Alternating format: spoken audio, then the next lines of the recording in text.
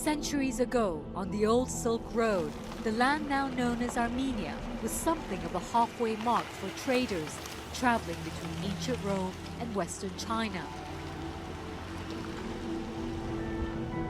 The road must have been beautiful, but certainly not easy.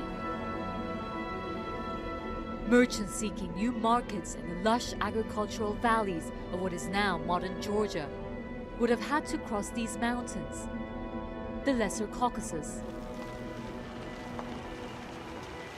Don't let their name fool you. The highest peak here is over 4,000 meters tall, more than 13,000 feet. Today, this modern highway makes the drive easier. The scenery is stunning, and everywhere you look, there are ruins of empires past. We pass an abandoned Soviet copper smelter. Later, high in the hills, a Byzantine-era church.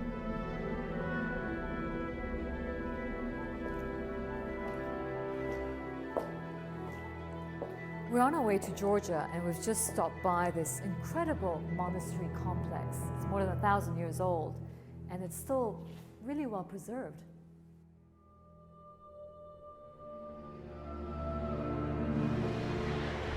We cross the border. Eventually, the mountains fade away, and the road becomes flat. Then, some 5 hours after leaving Yerevan, we arrive in Georgia's capital city. Tbilisi's got this fascinating mix of architecture. You've got the 19th century European-style buildings that you see over here, the Soviet-era architecture, of course, and then the medieval churches that you see dotted along the entire landscape in Georgia. It's absolutely beautiful.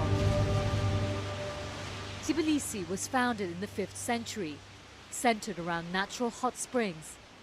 This is the heart of Tbilisi's old town, and under the domes that you see over here are a number of Georgia's centuries-old warm sulfur baths. In fact, historians say when traders used to travel along the old Silk Road, they used to stop here because this was a natural source of warm water. And in fact, Tbilisi in Georgian means warm. You'd need warmth traveling here in the fall. Still, the cold air doesn't keep modern traders away.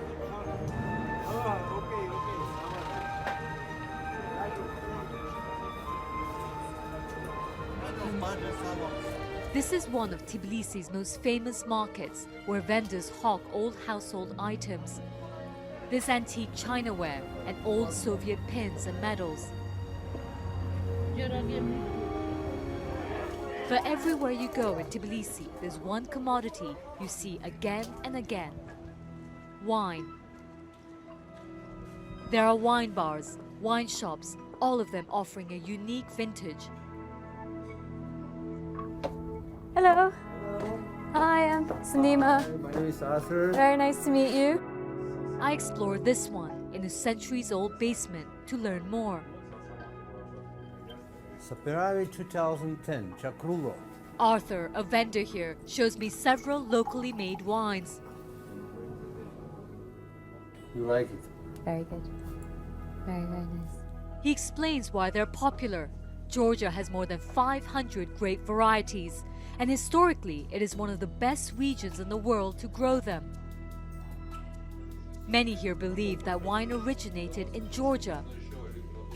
Evidence unearthed by archaeologists shows that grapes were cultivated and fermented not far from here some 8,000 years ago. To get a sense of that history, you have to see it and taste it for yourself. Color? It's orange. Yes. It's unfiltered wine. Quite dry. Correct. Citrusy a little bit. Yes. It's delicious. Our road trip continues northeast to Georgia's wine country.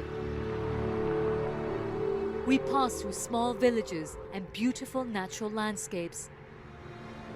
Just over an hour from Tbilisi, we drive through a valley at the foot of the Great Caucasus. This is Khaketi, home to some of the oldest vineyards in the region. That's what brought George here. He runs a local winery called Sinandali. The reason why the grapes in Khaketi is so good is that here is very special climate, soil, land, humidity, and all other necessary things which you need to have good grapes. Fall harvest is the busiest time in the year for farmers here. Making wine in Georgia has changed little over the millennia. The process starts by hand. The picking, the packing. Back at the winery though, modern machines make sorting and crushing the grapes much easier. Technologically, everything develops, and it changes a lot. But the idea how to make wine is the same like it was 8,000 years old. The fermentation and storage tanks are also modern. European-style vats and oak barrels. But traditional methods are still used. Centuries ago, Georgians fermented wine in underground earthen vats covered with sand. They still do, producing this uniquely orange-colored, unfiltered wine. This is traditional Sinandali, with Georgian style of winemaking. And if you take this as smell, this is like dry fruits. It's beautiful. George also distills grappa, known as cha-cha. They also make candy, what locals call Georgian Snickers, roasted walnuts on a string.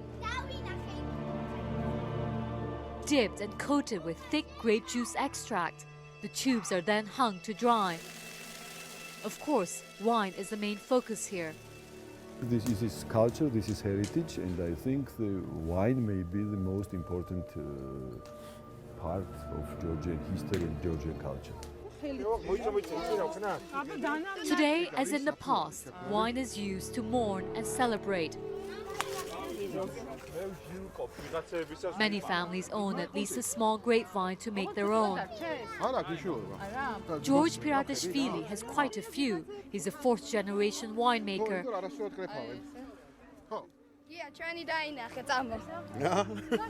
This gathering, though, is not business. We are finishing the harvest now, and there we go. It's kind of a celebration.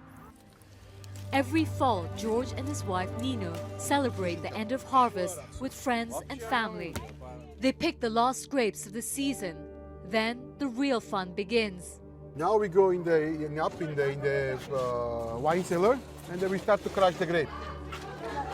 Stomping grapes is a traditional, if messy, way to extract the juice.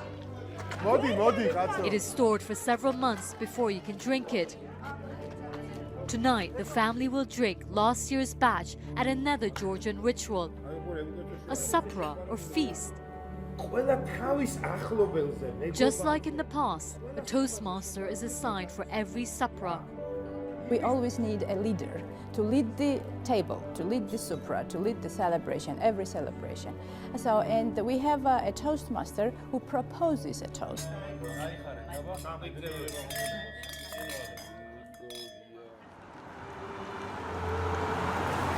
On my road trip through the Caucasus, I've seen the region's deep connection with the past. From wine to carpet making, to the cutting-edge technology of Armenia. Today, many young people here are now looking to the future, to new virtual highways that will expand this old Silk Road stopping point to the world more than ever. Next month, our journey continues, and we've got something a little different for you. We travel north of here, far to the north, to explore the unlikely trade ties between Silk Road merchants and the Vikings of Scandinavia. That's next on the Silk Road, past, present, future.